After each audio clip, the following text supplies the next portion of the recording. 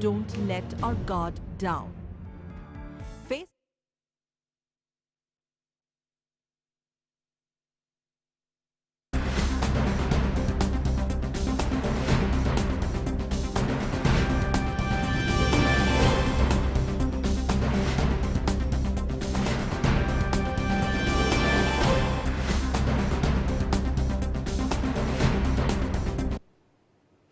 Hello and welcome. You're watching Midday Prime. On the show this afternoon, we keep an eye on the rescue and relief operations in Uttarakhand that are progressing as we speak on war footing. Also, Prime Minister's emotional outrage to the opposition in the upper house of Indian Parliament. We also, on Midday Prime, put in perspective Prime Minister's telephonic conversation with US President Joe Biden, further consolidating the Indo-US ties. And also on the show, we'll get you the latest on Myanmar political crisis with Britain and EU. Remember, now they are dialing UNHRC. And much more on the show. I'm Sakal Button. First up on Midday Prime headlines. Prime Minister Narendra Modi gets emotional during farewell to outgoing Rajya Sabha members. Says members should not only be concerned about their party but also the country and the house. Outgoing Rajya Sabha member Ghulam Nabi Azad thanks Prime Minister Modi.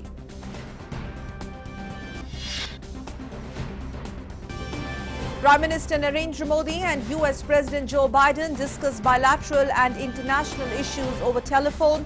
Two leaders agree to further cooperation on number of issues.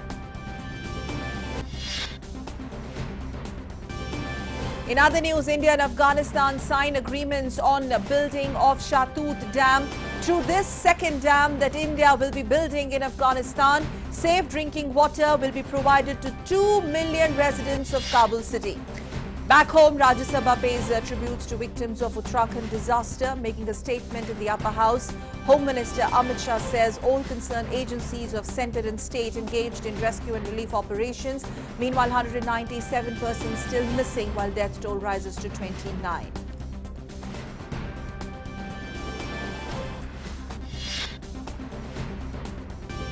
More news. Sidhu, main accused behind Red Fort incident on 26th of January, arrested by special cell of Delhi police. Further details awaited. And in other news, United Nations Human Rights Council to hold special session on Friday to discuss Myanmar crisis.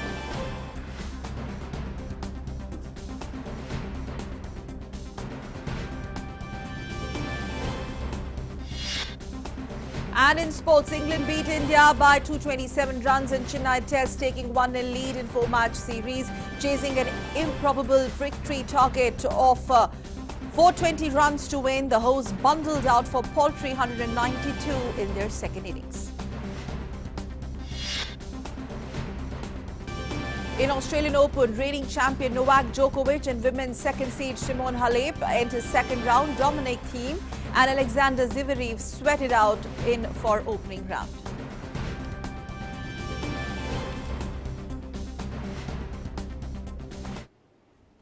And we begin Midday Prime with the big news of the day.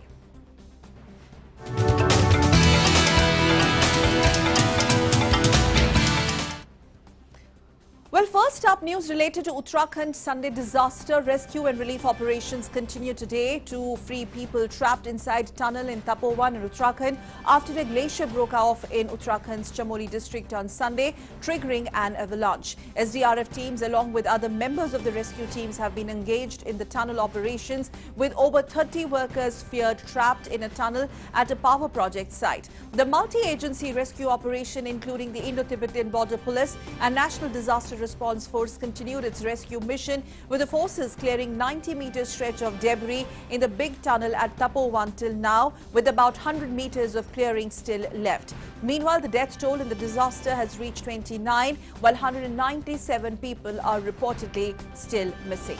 Meanwhile, more inputs coming in. DIG sector headquarters of IDBP Dehradun, Aparna Kumar, has said the operation was carried out the entire night and is under progress, and a lot of debris has been already removed.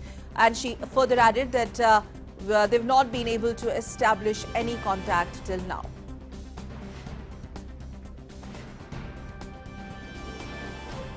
कल रात भर वहाँ पे जो teams है ITBP की, NDRF, SDRF और army का पूरा रात भर लगे हुए थे और जेसीबी जो 2 लगे थे वो पूरा रात भर मलबा निकाल रही है, क्योंकि नीचे स्लोप है, ढलान है, तो जैसे जैसे निकाल रहे हैं दूसरे अंदर से काफ़ी मलबा बाहर निकल रही है, तो पूरी कोशिश कर रहे हैं।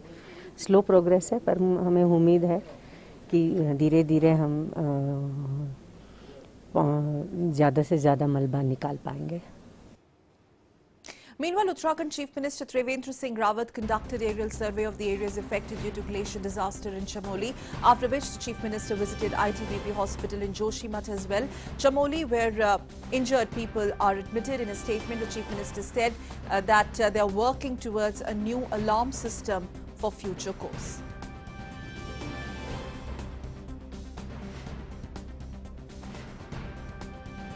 मैं आपको बता दूं कि ये ग्लेशियर टूटने से नहीं हुई है।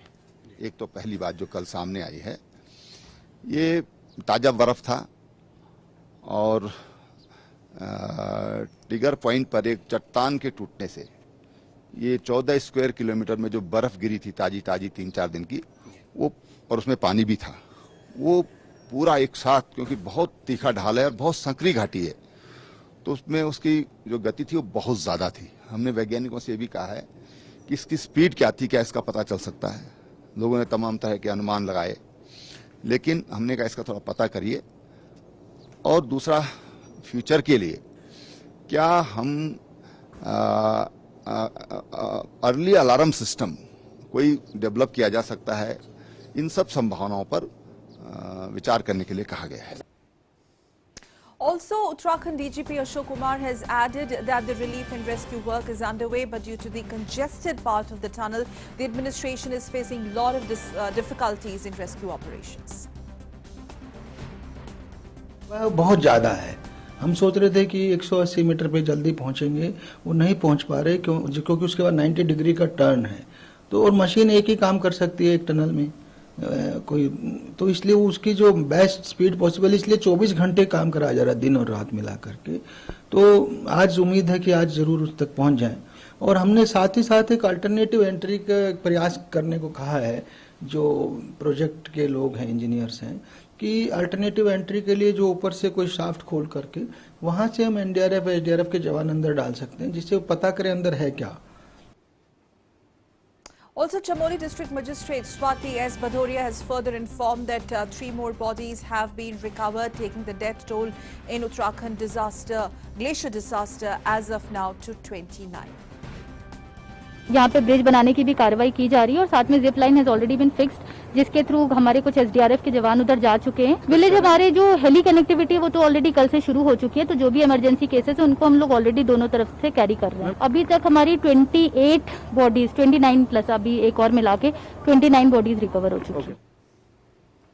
And the members of Rajya Sabha also paid tributes to victims of Uttarakhand glacier disaster today.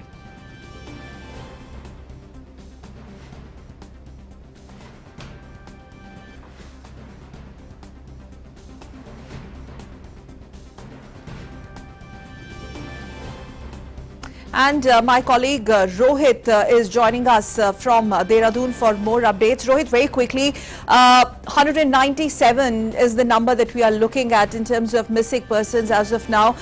Quick update on the rescue relief operations. We believe that they are on war footing 24/7, but the tough terrain is a big obstacle. But your agencies are at it.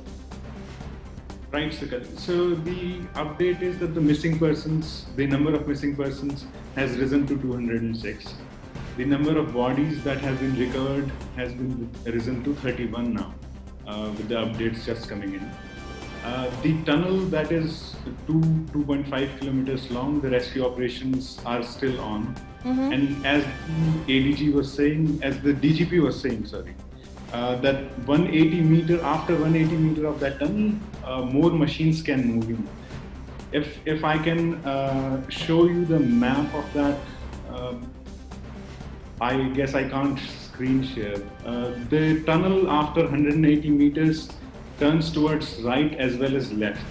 So after they reach 180 meters, they will be able to deploy 3 machines at once. And the estimate right now is that 180 meters should be breached by evening, by today evening. Okay. So the really heavy slush is obstructing the movement, and only one machine is able to work right now. But as soon as we breach 180 meters, it is quite likely that the progress will start picking up.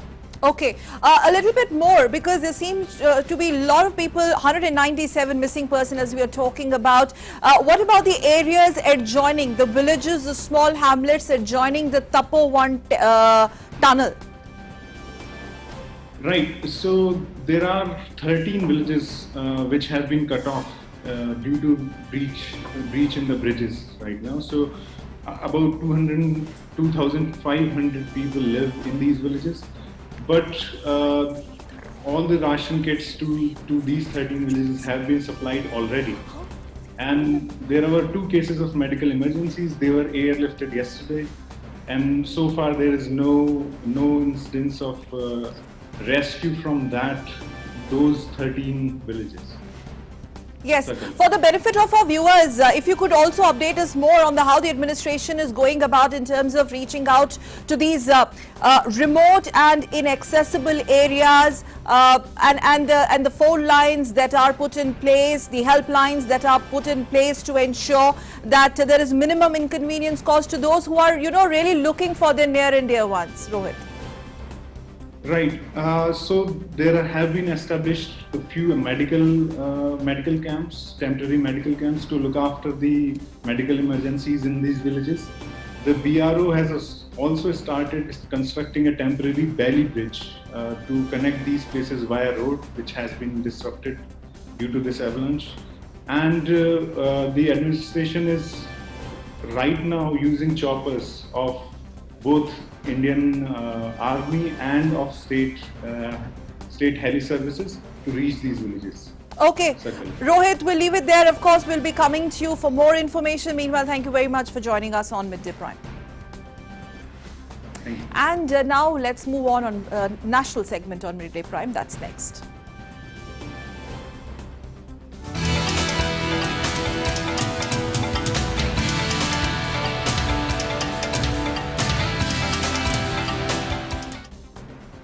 Well, earlier 4 Rajya Sabha members from Jammu and Kashmir Union Territory today completed their term in the upper house. Speaking in Rajya Sabha on retirement of the members of parliament, Prime Minister Modi said it would be difficult to replace Ghulam Nabi Azad in the house, as he has set very high standards as member parliament and as the opposition leader. Ghulam Nabi ji के बाद इस पद को जो संभालेंगे उनको गुलाम नबी जी से match करने में बहुत दिक्कत पड़ेगी।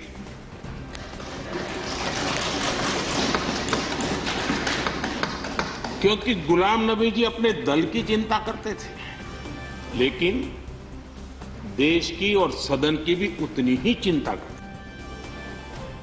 Prime Minister also said that this has been the best period for members of parliament from Jammu and Kashmir, as they have witnessed history taking a new turn. कि जम्मू कश्मीर से रिटायर होने वाले 4 आदरणीय सदस्यों के लिए उनके जीवन का यह कार्यकाल सबसे उत्तम कार्यकाल है, क्योंकि इतिहास ने एक नई करवट बदली है और जिसके वो साक्षी बने हैं, सहयात्री बने हैं। ये उनके जीवन की बहुत बड़ी घटना है।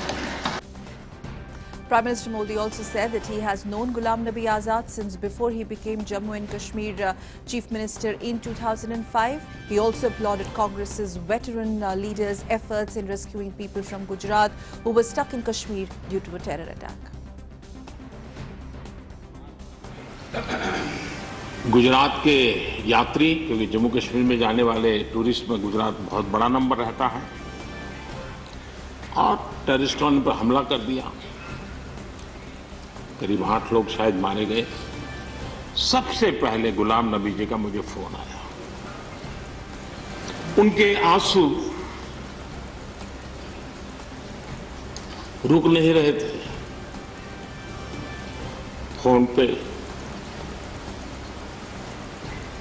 उस समय प्रणब मुखर्जी साहब डिफेंस मिनिस्टर थे। मैंने उनको फोन किया, मैंने कहा साहब अगर अगर फोर्स का हवाई जहाज मिल जाए इन डेड बॉडी को लाने के लिए। रात देर हो गई थी। प्रणब मुखर्जी साहब ने कहा आप चिंता मत कीजिए, मैं करता हूं व्यवस्था। लेकिन रात में फिर गुलाम नबी जी का फोन आया। वे एयरपोर्ट थे। उस रात को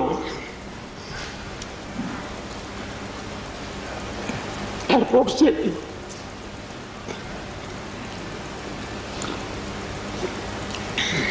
उन्होंने मुझे फोन किया और जैसे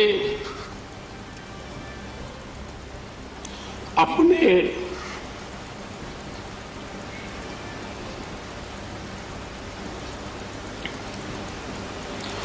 परिवार के सदस्य की चिंता करें,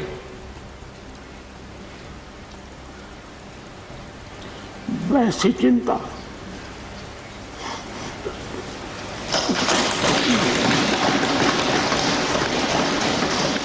गुलाम नबी जी को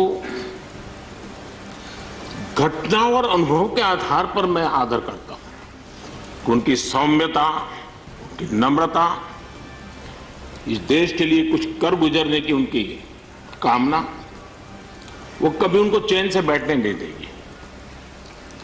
और मुझे विश्वास है कि जो भी दायित्व जहां भी वो संभालेंगे वे जरूर वैल्यू एडिशन करेंगे, कंट्रीब्यूशन करेंगे और देश उनसे लाभान्वित होगा। ये सब मेरा पक्का विश्वास है। मैं फिर एक बार उनकी सेवाओं के लिए आदरपूर्वक धन्यवाद करता हूं।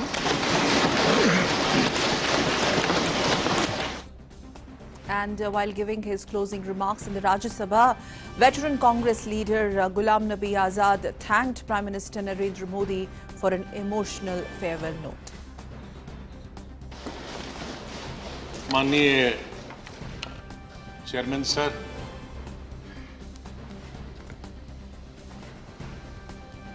सर आपने, माननीय प्रधानमंत्री जी ने, माननीय डिप्टी चेयरमैन साहब ने और मेरे जितने भी यहाँ साथी हैं उस तरफ के या इस तरफ के, सत्ताधारी पार्टी के या विपक्ष, और विशेष रूप से आपने और माननीय प्रधानमंत्री जी ने जिस तरह से भावुक होकर मेरे बारे में कुछ शब्द बताए, मैं बड़ी सोच में पड़ गया कि क्या कहूं। सबसे ज्यादा धन्यवाद मैं प्राइम मिनिस्टर का करता हूं कि आपने सबको सुना। आपने इतना समय, 2 घंटे से ज्यादा यहां समय दिया। Moving on, Prime Minister Narendra Modi had a telephonic conversation today with the US President Joe Biden. Prime Minister warmly congratulated President Biden. Prime Minister conveyed best wishes for Biden's tenure, and he also said that he looks forward to working closely with him to further elevate the India-US strategic partnership. Now, remember, the leaders discussed at length the regional developments and the wider geopolitical context. They noted that the India-US partnership is firmly anchored in a shared commitment to democratic values and common strategic interests. They reiterated the importance of working with like-minded countries to ensure a rule-based international order, free, open and inclusive Indo-Pacific region. Prime Minister Modi and President Biden also affirmed the importance of addressing the challenge of global climate change. Prime Minister welcomed President Biden's decision to recommit to the Paris Agreement and highlighted the ambitious targets India has set for itself in the area of renewable energy. Prime Minister welcomed President Biden's initiative to organize the Climate Leaders Summit in April this year and also looks forward in participating in the same. Prime Minister took the opportunity to invite President Biden and Dr. Jill Biden to visit India at their earliest convenience. Meanwhile, White House has also issued a statement on President Biden and Prime Minister Modi's phone call. It said, and let's play out those graphics for our viewers. It says both the leaders have committed to work closely together to win the fight against COVID-19 pandemic, renew their partnership on climate change, rebuild the global economy in a way that benefits the people of both countries, and stand together against the scourge of global terrorism. The leaders agreed to continue close cooperation to promote a free and open Indo-Pacific, including support for freedom of navigation, territorial integrity, and a stronger regional architecture through the Quad grouping. Now, the president underscored his desire to defend democratic institutions and norms around the world and noted that a shared commitment to democratic values is the bedrock for the India-US relationship. They further resolved that the rule of law and the democratic process must be upheld in Myanmar. The leaders agreed to stay in close touch on a range of global challenges and look forward to what the US and India will achieve together for their people and for their nations.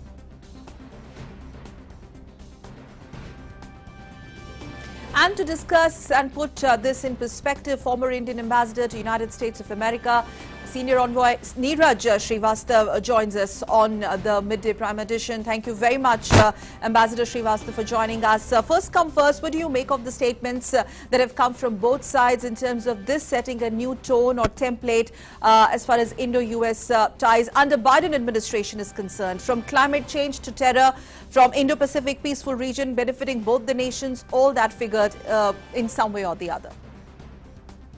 Well, you know, normally first phone calls between heads of states, new heads of states who have taken over, they normally are like, you know, saying hello and introducing themselves to each other and, you know, saying polite things.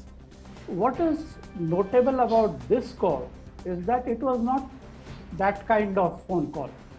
Because as you yourself mentioned, the number of issues which were discussed between the two leaders at the highest level, they were very substantive issues. They were important both for India and for the United States. And so it was like almost a kind of small, you know, small conference yes. Between each other. And the issues which they discussed, like rules-based international order, climate change, regional issues, freedom in Indo-Pacific, you know, of navigation in Indo-Pacific and beyond. These things, and the Quad. Yes. These are India's core interests also. And so I am very pleased that the first call was not just a polite courtesy call. Courtesies, absolutely. Yes. A substantive call. Yeah, there's this, India has also put forth the point that also has come in the US White House release also, the terror. Terror also figured in the talks, especially US making a very strong case, needing India's cooperation in terms of defeating scourge of terror, without taking any names, rather. Yes. Well, names were not taken, but, you know, it is very well understood by most people. And I'm not talking about experts, but I'm talking about the common people of India and the United States. Then when you talk about terrorism in South Asia, you know, where is that terrorism coming from? That is well understood from one of our neighboring countries. Then there is the question of Afghanistan and the transition of power which is, you know, underway there in that country. And neither India nor the US want Afghanistan to again become a center of global terror like it did under Osama bin Laden and the Taliban. So, you know, it's important. And I think India and the US both are on the same page as far as this terrorism business is concerned, because the US has suffered 9/11. You know, and India has been, of course, facing this cross-border terrorism from Pakistan for the last maybe 35 years. So,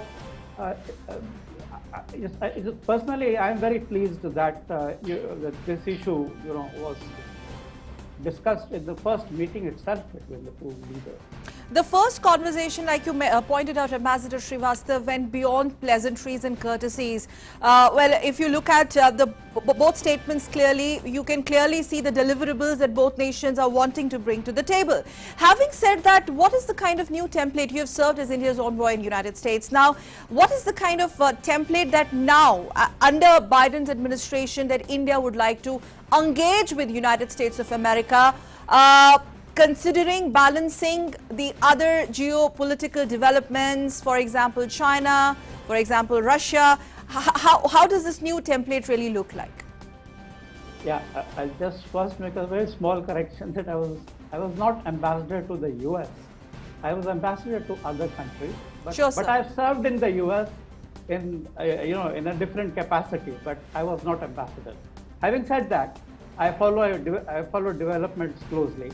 Having said that, I think I think at this particular point of time, the situation in Eastern Ladakh is extremely important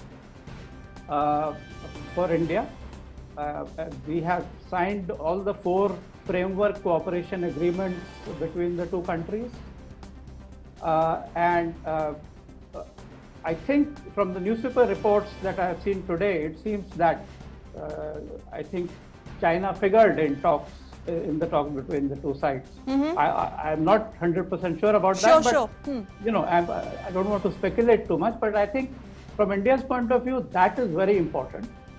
Another very important thing from India's point of view is the Indo-Pacific and the Quad, because that is also aimed at promoting a rules-based international order, which the 2 sides discussed. That is code word for Chinese activities in the South China Sea and affecting various ASEAN nations. So I think these 2 would be very important from India's point of view. Terrorism we have already discussed. Yes. And from the United States point of view, I think President Biden promised to go back to the Paris Accord. India is one of the major players in global climate change negotiations. And I think the 2 leaders, agreed that both the countries will work together on this issue. So, Ambassador Srivastava, I'm sorry I'm interrupting you very briefly, just to sum up the discussion here, sir. The new convergences and collaborations that now we are looking at under Prime Minister Modi's leadership and under Biden's administration, considering the statements that have come from both sides to begin with after today's, after the conversation between the both leaders? Well, I think some high-level visits need to take place between the 2 sides. And we have various forums between India and the United States. There are multiple forums which are aimed at bringing the leadership of the 2 countries together. It could be a strategic dialogue, or President Biden has been invited to India by Prime Minister Modi. If he is able to visit soon, that will be an excellent thing. Or the Prime Minister and President Biden meeting in some other forum, attending some other major forum. So I think the next step is, a meeting between the foreign ministers of the 2. I would start, if you ask me, I would start with a meeting between our Foreign Minister Dr. Jaishankar and the US Secretary of State. Right. On that positive note, thank you very much, Ambassador Srivastava, for joining us on Midday Prime. And now let's talk about India and Afghanistan today signing an agreement on building of Shatut Dam in Afghanistan. Now, the agreement was signed between India and Afghanistan in presence of Prime Minister Narendra Modi and Afghanistan President Ashraf Ghani through video conferencing. The dam is proposed to be constructed on the Kabul River Basin, which is one of the 5 river basins of Afghanistan. Speaking on the occasion, Prime Minister Narendra Modi expressed happiness that Shatut Dam will not only provide clean drinking water to 2 billion 2 million citizens of Kabul, but also be used for irrigation. हमारे लिए अफगानिस्तान की आवश्यकताएं हमेशा महत्वपूर्ण रही है और रहेगी।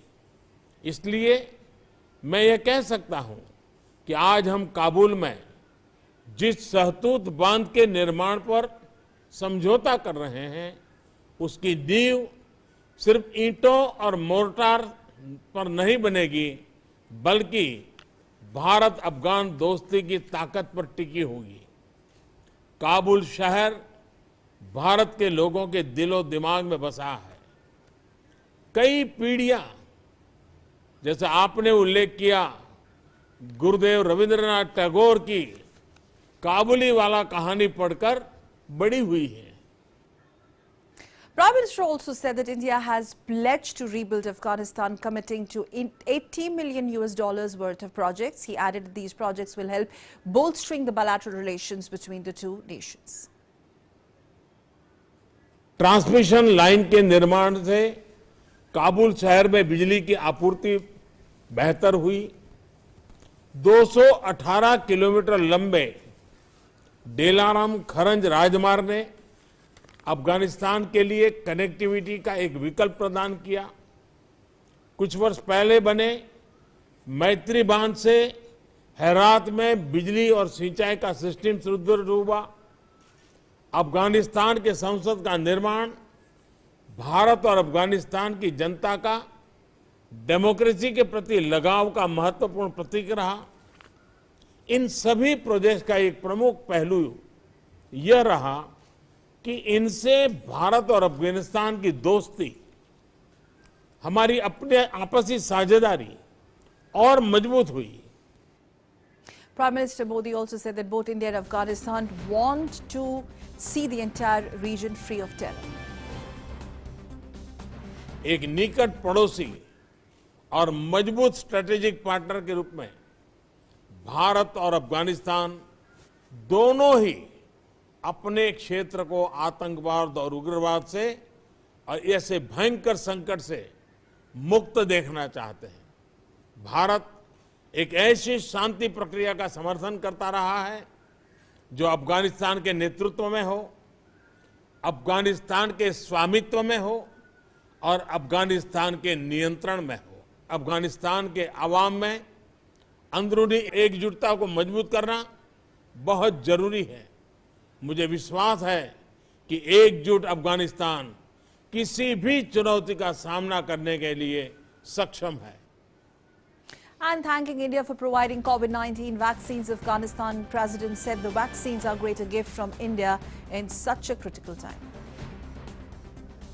Your decision to provide us with 500,000 doses of the vaccine at this critical time when Indians themselves are looking for every single vaccine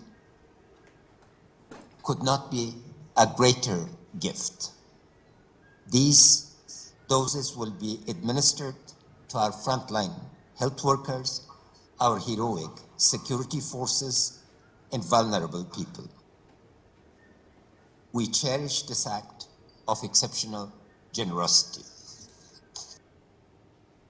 And joining us on Midday Prime, Kamar Aga, expert on strategic affairs. Thank you very much, Mr. Aga. Very honored to have you with us on Midday Prime. Very quickly now, from providing vaccines as a gift to bolstering very critical infrastructure projects there in Kabul, how do you look at not only signing of today's MOU between the two countries, but the kind of warming of ties that we continue to see between India and Afghanistan, India living up to its neighborhood first policy always? You see, there are three things. First thing, we have a historical ties with Kabul, with Afghanistan. Goes back to centuries, you could see the references in Mahabharata or Ramayana or many, epics written at that time. Besides this, that continuity is maintained by the Prime Minister Modi has further strengthened these ties between the two people. And main focus of our ties is three things, promotion of peace, democracy, rule of law, and development. Our bilateral relations or our aid to Afghanistan is guided by these principles, So India has built parliament building for promotion of democracy, rule of law, you can see. Then, health programs are going on. Now, this is a very important development, the Shaitut Dam, which is going to be built by Indians, 2 million people will be benefited, will get the drinking water. Apart from this, it will be used for drinking water as well. Then irrigation, it will be used in this. So that way, then we have a power project developed by Indians in Afghanistan, and road Dilaram to Daran is a very important road connectivity. Now from Chabahar to Afghanistan, also rail connectivity. India is engaged with Iran. So that is another. So Iran would be now is almost connected with Central Asia, which is a major market, and culturally Iran has always been part of the Central Asia region, because the language which they speak, that is the Persian dialect, and historic connectivity, and this region is oil rich, and Afghanistan is also oil rich. This connectivity will help economy of Afghanistan. It will reduce its dependence on Karachi port, which is choked sometime. They get difficulty in reaching there. So big market, and Afghanistan is now going to be connected to Chabahar. So Chabahar, Afghanistan is on the very top priority of Prime Minister Narendra Modi. He wants, the further consolidation of ties. We have strategic relations with both the countries, but the concern is terrorism, how to contain the terrorism. India is always engaged with Afghanistan, because both Afghanistan and India have accused Pakistan of fermenting trouble in these two countries.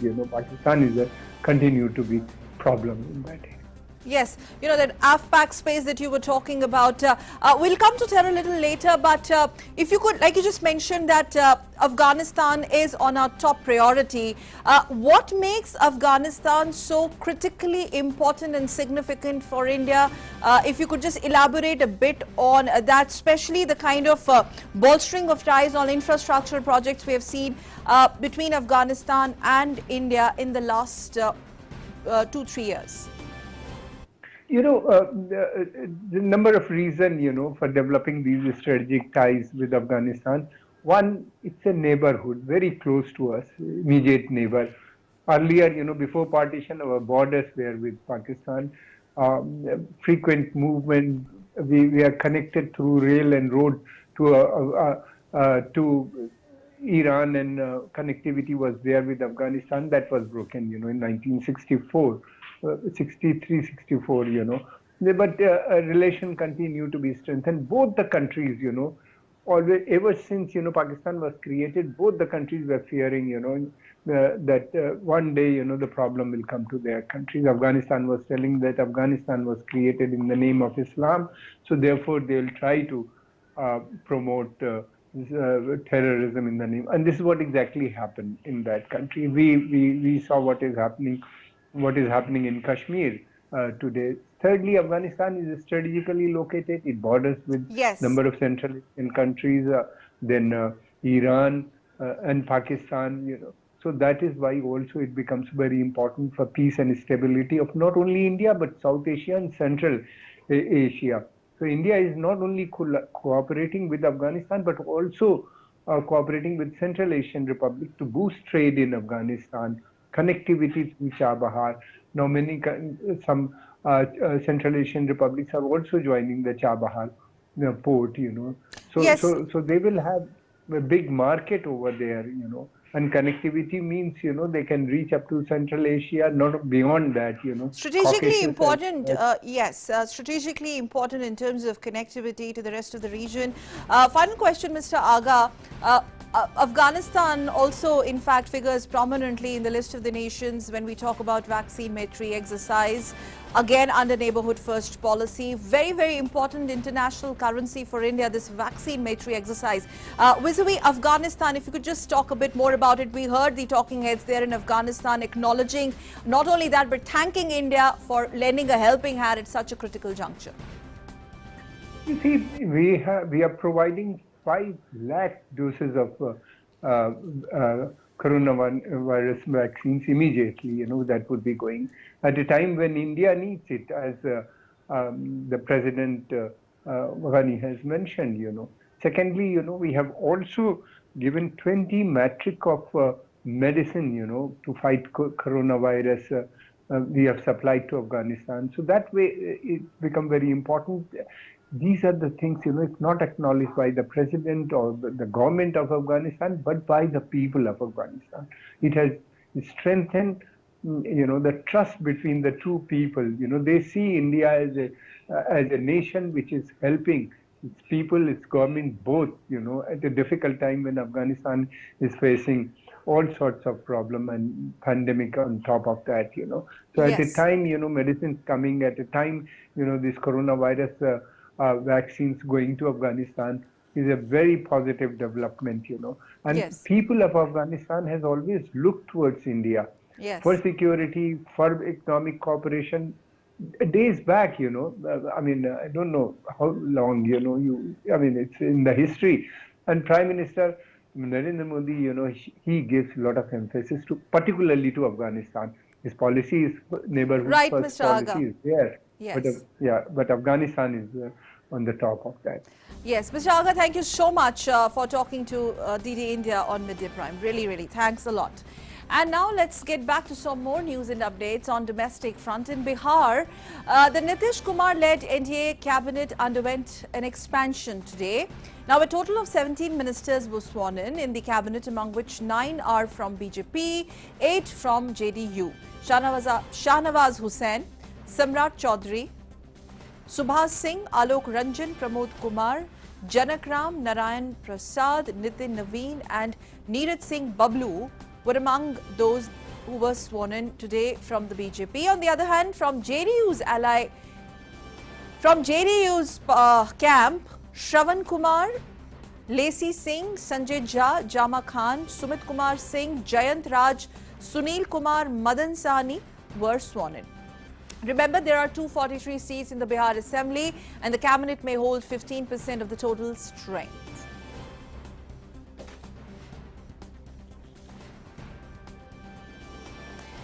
Delhi police on Tuesday arrested Deep Sidhu, that is today, in connection with January 26 Red Fort violence. The arrest was made by Delhi Police's Special Cell Unit for Sidhu's alleged involvement in hosting the flag at Red Fort on Republic Day.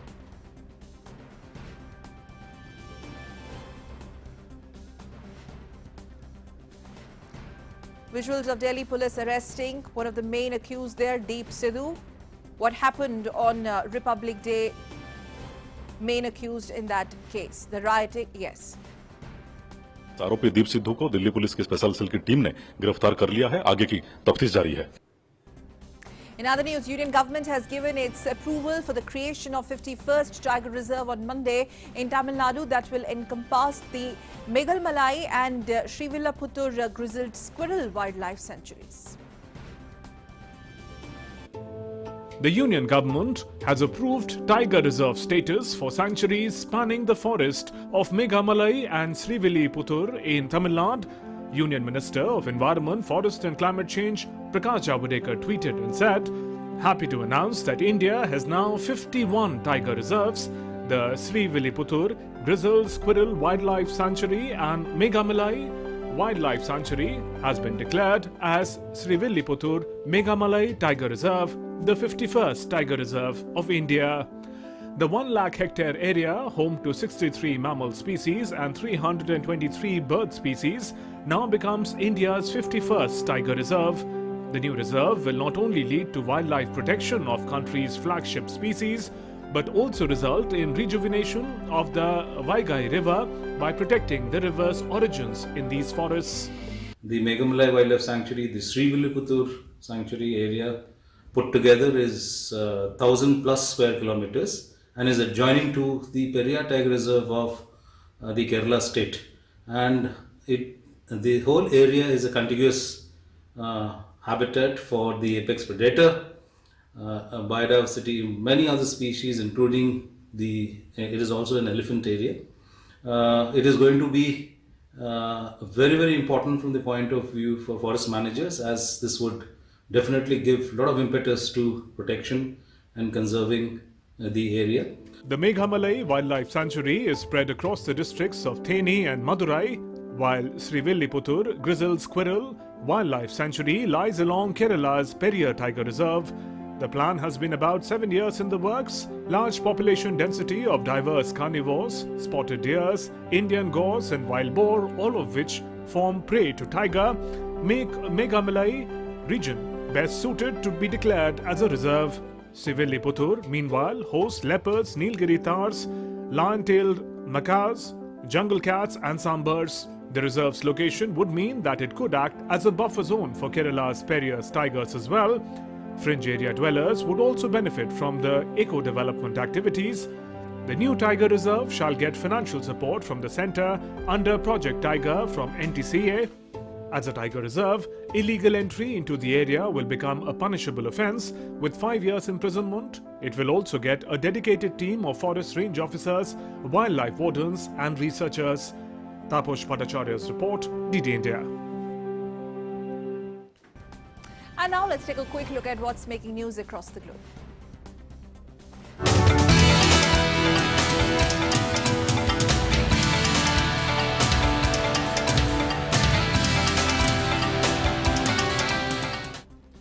And we start World Prime with the latest update coming in from Myanmar. Now, the United Nations Human Rights Council will be holding a special session on Friday to discuss the crisis in Myanmar after its elected civilian government was taken over by the military. Now, this comes close on the heels of request which was put forth by Britain and European Union to United Nations Human Rights Council to hold a special session in response to the ongoing political crisis there. EU and Britain have maintained these illegal detentions have grave implications for human rights in the country. The US, meanwhile, which also announced earlier on Monday that it was returning to the forum it exited in June 2018, was among 28 observer states listed as supporting the move. A draft resolution is likely to be presented for adoption at the session. Myanmar is under the control of the military and a state of emergency for a year. State Councillor Aung San Suu Kyi, President Win Myint and other members of the parliament have been detained. And Army's Commander-in-Chief Min Aung Hlaing has taken over the charge of the country. This Council's Special Rapporteur on Myanmar, who has called for a special session in order to show the people of Myanmar that they are not alone in their hour of danger and need. And above all, we must respond urgently to the plight of the people of Myanmar and the rapidly deteriorating human rights situation there. Meanwhile, U.S. State Department spokesman Ned Price has said that the U.S. stands with the people of Myanmar and support their right to assemble peacefully amid mass demonstrations against a military coup in the country. U.S. has expressed grave concern about an order by Myanmar's military rulers restricting public gatherings and was moving quickly to form its response to the military takeover.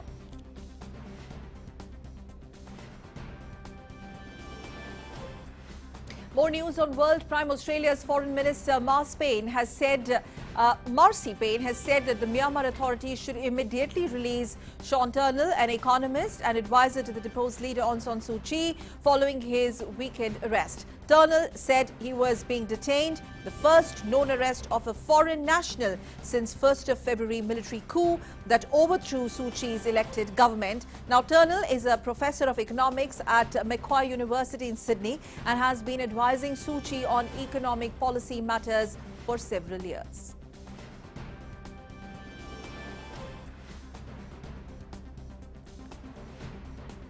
We have called for the immediate release of Australian citizen Professor Sean Turnell from detention in Myanmar.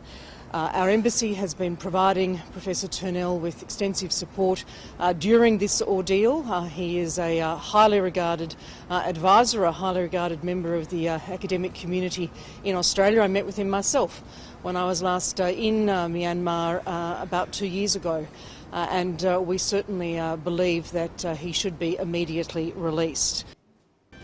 Meanwhile, Pope Francis has also intervened and urged the Myanmar military to release the detained leaders. Pope Francis called for country's political leaders to be promptly released. He made the request in a speech to ambassadors to the Holy See. Now remember, this is important because this is the second time the Pope has intervened and spoke about the matters of Myanmar military coup in the last 2 days. Before this, on Sunday, he had also used the recital of the Angelus prayer to express solidarity with the people of Myanmar.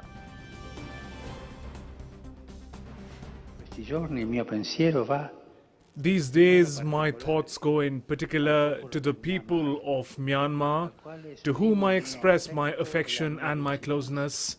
The path towards democracy undertaken in recent years was brusquely interrupted by last week's coup d'état. This has led to the imprisonment of several political leaders who I hope will be promptly released as a sign of encouragement for a sincere dialogue aimed at the good of the country.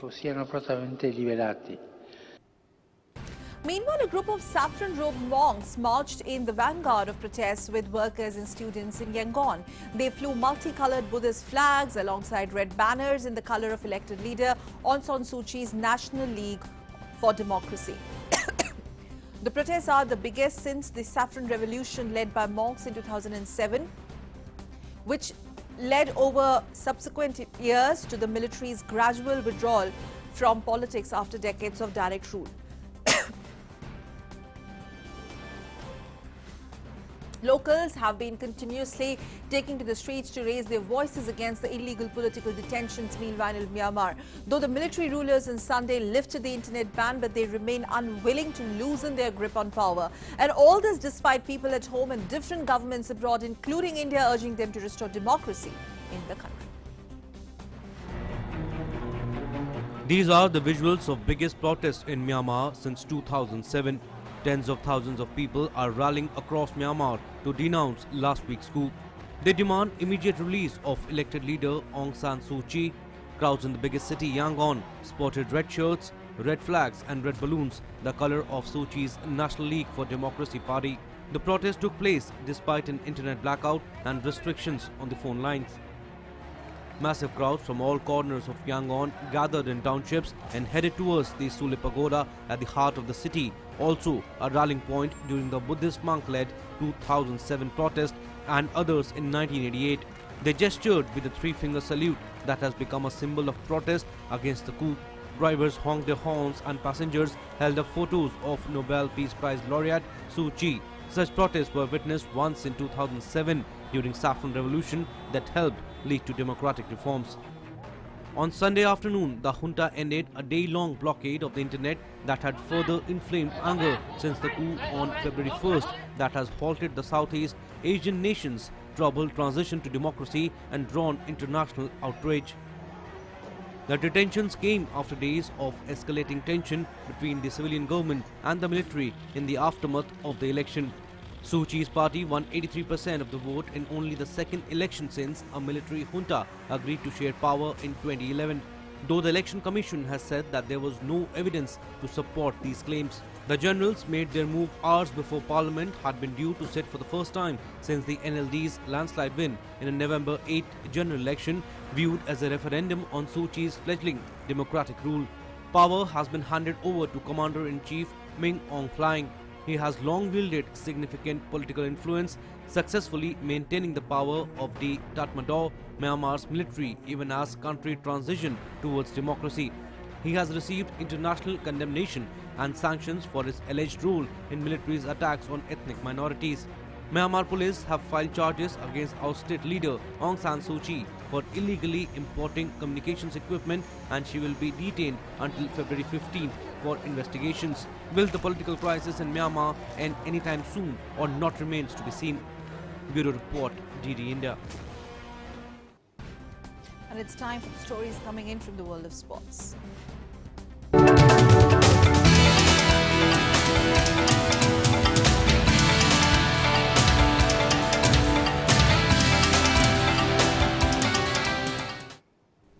And on Sports Prime, my colleague Suchitra joins us with cricket, soccer and much more, but not a great news coming in from Chennai. Suchitra? Yes, England has won the Chennai test by 227 runs, chasing 420 runs to win. India were all out at 192 in the second innings. India resumed at 39 for 1 on day 5. Cheteshwar Pujara was the first wicket to fall today. Leach sent him back at 15. Shubman Gill fell soon after, scoring another 50. Anderson removed Rahane in the same over without even opening his account. Rishabh Pant also fell to Anderson after scoring 11 runs. Skipper Virat Kohli and R. Ashwin added 54 runs for the 7th wicket. Leach broke this partnership by removing Ashwin. Virat Kohli was bowled at 72 by Stokes. Indian innings soon folded at 192 in 58.1 overs. Jack Leach picked 4 wickets while James Anderson took 3. Joe Root has now drawn level with Michael Vaughan as England's most successful test captain. England has sealed their 6th consecutive win in Asia. Rafael Nadal's chase for a record-breaking 21st Grand Slam title is off to a good start. The world number 2 defeated Serbian Laslo Djere 6-3, 6-4, 6-1 to reach the second round of the Australian Open. Daniil Medvedev registered his 15th continuous win today. He defeated world number 61 Vasek Pospisil in the first round of Australian Open 6-2, 6-2, 6-4.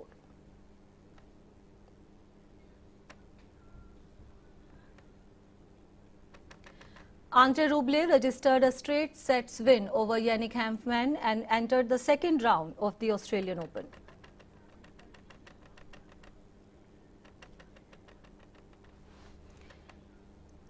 In a major upset, two-time Australian Open champion Victoria Azarenka crashed out. Azarenka was defeated in the first round by world number 61 Jessica Pegula. Azarenka held a 5-2 lead in the first set, only to lose 5 games in a row and to drop the set. Pegula took the match 7-5, 6-4, registering her first career Australian Open win. Elena Svitolina defeated Mary Buzkova in the first round. The 26-year-old Ukrainian won the match 6-3, 7-6. Coco Gauff wrapped up a clean 6-3, 6-2 win over Jill Techman. The 16-year-old needed just 56 minutes to advance to the second round. In form, Garbiñe Muguruza continued her good run with a 6-4, 6-0 win over Margarita Gasparian in the first round of the Australian Open. Sophia Kenin won against local wildcard Madison Inglis with the pressure of defending her Australian Open title. The 4th seed prevailed 7-5, 6-4 in 1 hour and 26 minutes.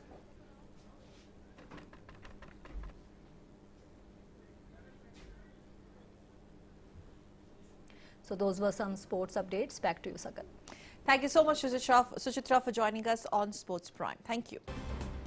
And with that, it's time to wrap up this edition of Midday Prime. Remember, we're going to be back tomorrow at 2 to get you all the trending national and international stories on this very edition.